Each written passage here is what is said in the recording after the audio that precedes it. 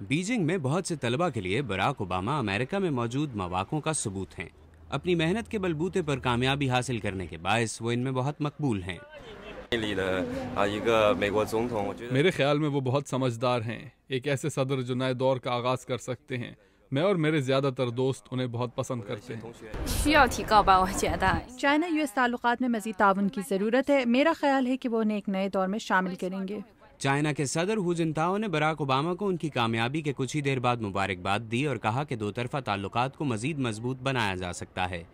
चीनी सियासी माहिरीन का कहना है कि चाइना नए सदर से ये उम्मीद रखता है कि वो ताइवान की खुद मुख्तारी, इंसानी हुकूक की सूरत हाल और तिब्बत जैसे मसाइल को नज़रअंदाज करेंगे और इसके बजाय ओबामा आलमी मुआशी बहरान को ख़त्म करने के लिए काम करेंगे और चाइना की गिरती हुई मईशत के लिए मज़ीद अमरीकी मंडियाँ खोलेंगे।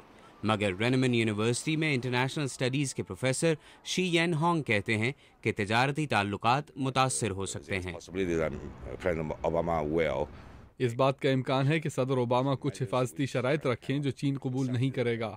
ऐसी सूरत में तिजारती मसाइल उस हद तक जा सकते हैं जो हमने पहले ना देखी हो।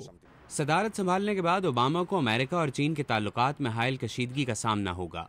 चाइना पहले की निस्बत ज़्यादा मजबूत और मुस्तहकम मुल्क बन चुका है। माहिरीन के मुताबिक मौजूदा मुआशी बहरान के बायस सदर ओबामा को चाइना के साथ बेहतर ताल्लुकात बनाना होंगे।